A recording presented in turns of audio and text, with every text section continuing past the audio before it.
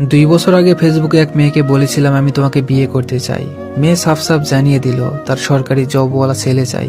আমি শুধু বাই বলে আর কখনো নক করিনি। মেয়েটা সেদিন আমায় ফোন দিয়ে বলে জব পাইছো, আমি বললাম না। সে বলল আমার বিয়ে ঠিক হয়েছে।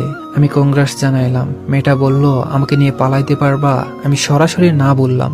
মেয়েটা বলল ওকে, তোমার ঠিকানা বলো, ইনভাইটেশন কার্ড পাঠিয়ে দিব, বিয়ে খাইতে আইসো। তারপর সে ফোনটা কেটে দিল।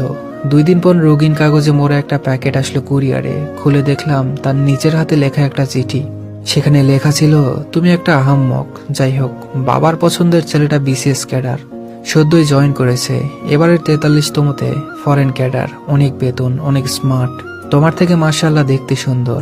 মাথায় অবশ্য তোমার মতো এলোমেলো চুল নেই, সামান্য টাক, তবে খুব গোছালো। আমাকে আশ্বাস দিয়েছে খুব আদরে রাখবে, আশীর্বাদে আমায় গহনায় মরিয়ে দিবে বলেছে।